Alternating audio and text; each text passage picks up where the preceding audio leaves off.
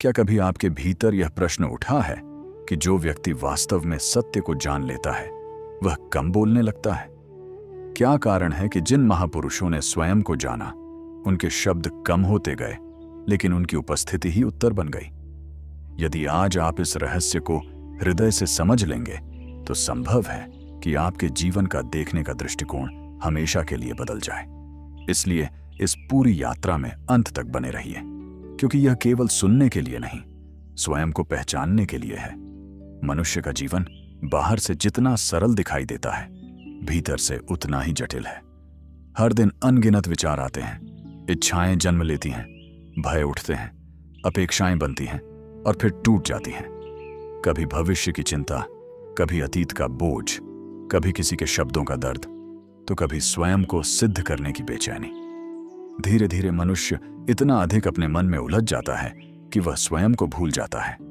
वह अपने नाम को जानता है, अपने परिवार को जानता है, अपने व्यवसाय को जानता है, अपनी उपलब्धियों को जानता है, लेकिन जो इन सब को जान रहा है उसे नहीं जानता। यही वह बिंदु है जहां अष्टावक्र महागीता आरंभ होती है। यह केवल एक ग्रंथ नहीं, बल्कि चेतना का दर्पण है। यहां कोई कर्मकांड नहीं, कोई भय नहीं, कोई स्वर्ग का लालच नहीं। यहां केवल एक प्रश्न है, मैं कौन हूं? और जब यह प्रश्न केवल बुद्धि से नहीं, पूरे अस्तित्व से पूछा जाता है, तब उत्तर शब्दों में नहीं आता, उत्तर मौन बनकर उतरता है। हमारा पूरा जीवन शब्दों पर आधारित है।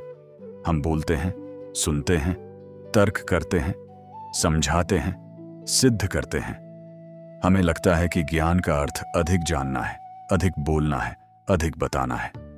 लेकिन अष्टावक्र कहते हैं कि वास्तविक ज्ञान का परिणाम शब्द नहीं, मौन है। क्योंकि जहां सत्य का अनुभव होता है, वहां विचारों का शोर अपने आप समाप्त होने लगता है। कल्पना कीजिए, एक झील है जिसका जल पूरी तरह शांत है। उसमें आकाश जैसा है वैसा ही दिखाई देता है। लेकिन यदि उसी जल में लगातार लहरें उठती रहें तो आकाश का प्रतिबिंब टूट जाता है।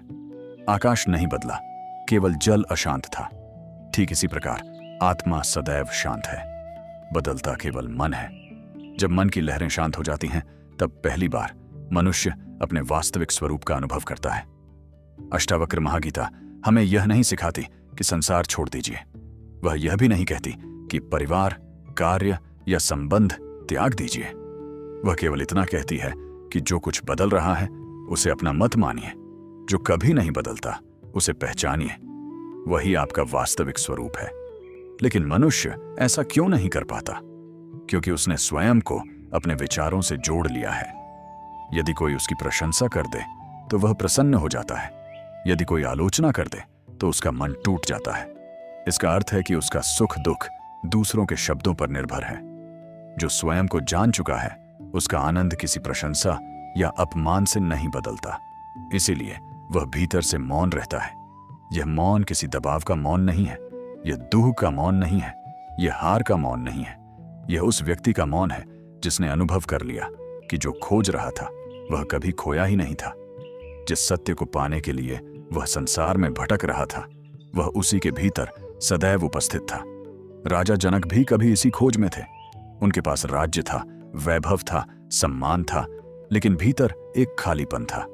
उन्हें अनुभव हो चुका था कि बाहरी उपलब्धियां उस प्यास को नहीं बुझा सकती जो आत्मा की है। तभी उनके जीवन में अष्टावक्र आए। उनका शरीर टेढ़ा था, लेकिन उनकी दृष्टि सीधी थी। उनका बाहरी रूप साधारण था, लेकिन उनकी चेतना असाधारण थी।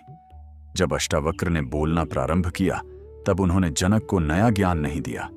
उन्होंने केवल वह भ्रम हटाया जो वर्षों से उनके भीतर जमा था। उन्होंने कहा कि आप वही नहीं हैं जिसे आप अपना शरीर मानते हैं। आप वही नहीं हैं जिसे आप अपना मन समझते हैं। आप वह शुद्ध साक्षी हैं जो शरीर, मन, विचार और संसार सबका साक्षात्कार कर रहा है। यह सुनना सरल है, लेकिन जीना कठिन है, क्योंकि हमारा पूरा जीवन मैं और मेरा के चारों ओर घूमता है। मेरा परिवार, मेरा घर, मेरा सम्मान, मेरा दुख, मेरी सफलता। लेकिन क्या कभी आपने ध्यान दिया कि यह मेरा कहने वाला कौन है? यदि यह प्रश्न ईमानदारी से पूछा जाए तो भीतर एक अद्भुत शांति जन्म लेने लगती है। सच्चा मौन बोलना बंद कर देने से नहीं आता। यदि भीतर विचारों का तूफान चल रहा हो तो बाहर की चुप्पी केवल अभिनय है। वास्तविक मौन तब आता है जब विचारों से अपनी पहचान समाप्त हो जाती है। विचार आते हैं, जाते हैं, लेकिन आप उन्हें केवल देखते हैं। जैसे आकाश बादलों को रोकता नहीं, वैसे ही साक्षी मन विचारों को रोकता नहीं। और यही अष्टावक्र का सबसे बड़ा संदेश है। स्वयं को देखने का अभ्यास कीजिए। संसार को बदलने की आवश्यकता नहीं है, अपने मन को भी जबरदस्ती बदलने की आवश्यकता नहीं है। केवल देखने की कला सीखिए। जो देख रहा है वही सत्य है। शायद आज तक आपने स्वयं को बदलने की बहुत कोशिश की होगी। क्रोध छोड़ने की कोशिश, भय मिटाने की कोशिश, इच्छाओं को दबाने की कोशिश। लेकिन क्या वे हमेशा के लिए समाप्त हुई? शायद नहीं, क्योंकि परिवर्तन प्रयास से नहीं, समझ से आता है। जहां समझ आती है वहां परिवर्तन अपने आप होता है। जिस क्षण मनुष्य स्वयं को जान लेता है, उसी क्षण उसके भीतर एक ऐसी शांति उतरती है जिसे शब्द व्यक्त नहीं कर सकते। इसलिए महर्षि मौन हो गए। इसलिए बुद्ध की मुस्कान इतनी गहरी थी। इसलिए महापुरुषों की उपस्थिति ही लोगों के जीवन बदल देती थी। वे केवल बोलते नहीं थे, वे स्वयं सत्य बन चुके थे। यदि आप इस क्षण पूरी सजगता के साथ सुन रहे हैं तो एक छोटी सी बात अपने भीतर अनुभव करने का प्रयास कीजिए। अभी कोई विचार आपके मन में अवश्य चल रहा होगा। शायद इस कथा के बारे में, शायद अपने जीवन के बारे में, या शायद किसी ऐसी घटना के बारे में जिसे आप भूलना चाहते हैं। अब एक क्षण के लिए स्वयं से पूछिए, इन विचारों को देखने वाला कौन है? क्या वह भी एक विचार है या वह कुछ और है? यही प्रश्न इस पूरी यात्रा का द्वार है। मनुष्य का सबसे बड़ा भ्रम यह नहीं है कि वह संसार को नहीं जानता। सबसे बड़ा भ्रम यह है कि वह स्वयं को वही मान बैठा है जो वह है ही नहीं। बचपन से हमें एक नाम मिला, एक पहचान मिली, रिश्ते मिले, समाज ने हमें परिभाषाएं दी। धीरे धीरे हमने उन सभी परिभाषाओं को अपना वास्तविक स्वरूप मान लिया। लेकिन अष्टावक्र कहते हैं, जो बदल सकता है वह आप नहीं हो सकते। शरीर बदलता है, आयु बदलती है, विचार बदलते हैं, भावनाएं बदलती हैं, परिस्थितियां बदलती हैं, परंतु जो इन सब परिवर्तनों का साक्षी है वह कभी नहीं बदलता। इसी सत्य को समझने में पूरा जीवन बीत जाता है। मनुष्य बाहर की दुनिया में इतना व्यस्त हो जाता है कि भीतर लौटने का अवसर ही नहीं देता। वह सफलता के पीछे दौड़ता है, सम्मान के पीछे दौड़ता है, प्रेम पाने के पीछे दौड़ता है, और जब कुछ मिल जाता है तो कुछ समय के लिए प्रसन्न होता है, फिर वही खालीपन लौट आता है। ऐसा क्यों होता है? क्योंकि जो खोज बाहर की जा रही है उसका स्रोत भीतर है। बाहर केवल अनुभव मिल सकते हैं पर पूर्णता नहीं। अष्टावक्र कहते हैं कि मन की सबसे बड़ी आदत है किसी न किसी वस्तु, व्यक्ति या विचार से जुड़ जाना। यदि कोई इच्छा पूरी हो जाए तो मन कुछ समय के लिए शांत दिखाई देता है, और यदि इच्छा पूरी न हो तो वही मन अशांत हो जाता है। इसलिए अधिकांश लोग यह समझते हैं कि उनकी शांति परिस्थितियों पर निर्भर है, लेकिन यह सत्य नहीं है। शांति परिस्थितियों से नहीं आती, शांति उस पहचान से आती है जिसमें मनुष्य स्वयं को मन से अलग जान लेता है। कल्पना कीजिए कि आकाश में काले बादल छा गए हैं। क्या इससे आकाश दूषित हो जाता है? नहीं, बादल आते हैं और चले जाते हैं, आकाश वैसा ही रहता है। उसी प्रकार मन में क्रोध आए, भय आए, ईर्ष्या आए या आनंद आए, वे सब बादलों की तरह आते और चले जाते हैं। यदि आप स्वयं को उन बादलों के साथ जोड़ लेते हैं तो हर क्षण बदलते रहेंगे।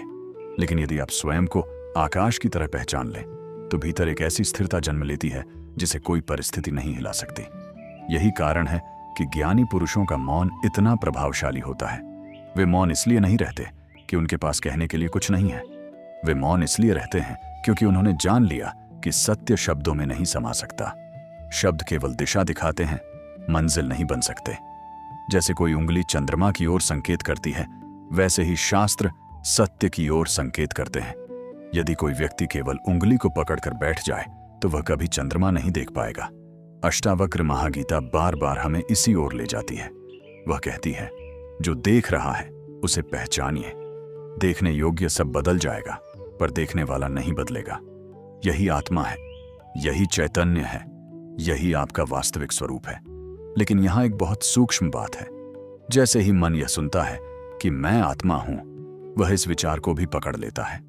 अब वह कहने लगता है, मैं जान गया हूं, यही अहंकार का नया रूप है। इसीलिए अष्टावक्र केवल ज्ञान नहीं देते, वे ज्ञान के अहंकार को भी तोड़ देते हैं। वे कहते हैं कि जब तक कोई यह कह रहा है कि मैं ज्ञानी हूं, तब तक जानना अधूरा है। जहां वास्तविक ज्ञान होता है वहां दावा समाप्त हो जाता है, वहां केवल सहजता रह जाती है। ध्यान दीजिए, नदी कभी यह घोषणा नहीं करती कि वह समुद्र की ओर बह रही है। फूल कभी यह घोषणा नहीं करता कि उसमें सुगंध है। सूर्य कभी यह नहीं कहता कि वह प्रकाश दे रहा है। वे केवल अपने स्वभाव में स्थित रहते हैं। उसी प्रकार जो स्वयं को जान लेता है वह स्वयं को सिद्ध करने की आवश्यकता अनुभव नहीं करता। उसका जीवन ही उसका संदेश बन जाता है। हम में से अधिकांश लोग इसलिए थक जाते हैं क्योंकि हम हर समय स्वयं को साबित करने में लगे रहते हैं। किसी के सामने अच्छा दिखना है, किसी से आगे निकलना है, किसी से अधिक सफल बनना है। यह निरंतर संघर्ष मन को थका देता है। लेकिन जिस दिन यह समझ आ जाती है कि मेरा मूल्य किसी की राय पर निर्भर नहीं है, उसी दिन भीतर एक अद्भुत हल्कापन जन्म लेता है। यही हल्कापन धीरे धीरे मौन में बदलता है। और यह मौन केवल ध्यान में बैठने का अनुभव नहीं है, यह चलते हुए भी रहता है, बोलते हुए भी रहता है, कार्य करते हुए भी रहता है। बाहर से व्यक्ति पहले जैसा ही दिखाई देता है, पर भीतर उसका केंद्र बदल चुका होता है। अब वह प्रतिक्रिया नहीं करता, वह साक्षी होकर देखता है। अब वह परिस्थितियों का दास नहीं रहता, बल्कि उन्हें आते जाते देखता है। राजा जनक ने भी यही अनुभव किया था। वे राजा थे, इसलिए उनके पास असंख्य उत्तरदायित्व थे। अष्टावक्र ने उनसे यह नहीं कहा कि राज्य छोड़ दीजिए। उन्होंने केवल इतना कहा कि राज्य को अपना मत मानिए, कार्य कीजिए, लेकिन कर्तापन का बोझ मत उठाइए। संसार में रहिए, लेकिन संसार को अपने भीतर मत बसाइए। यह बात सुनने में सरल लगती है, पर इसका अभ्यास धीरे धीरे होता है। हर दिन कुछ क्षण अपने विचारों को केवल देखने का प्रयास कीजिए। उन्हें रोकिए मत, उनसे लड़िए मत, उन्हें अच्छा या बुरा मत कहिए, केवल देखिए। धीरे धीरे आपको अनुभव होगा कि विचारों की गति कम नहीं हुई, लेकिन उनसे आपकी पहचान ढीली पड़ने लगी है।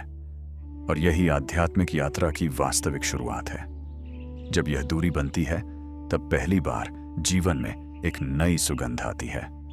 वही घटनाएं होती हैं, वही लोग मिलते हैं, वही संसार रहता है, लेकिन देखने वाला बदल जाता है। तो दोस्तों, आज के लिए इतना ही। उम्मीद करता हूं आज की ये वीडियो आपको पसंद आई होगी। तो वीडियो को एक लाइक जरूर करें। हम फिर मिलेंगे किसी नई वीडियो में। तब तक के लिए AUM शांति। धन्यवाद।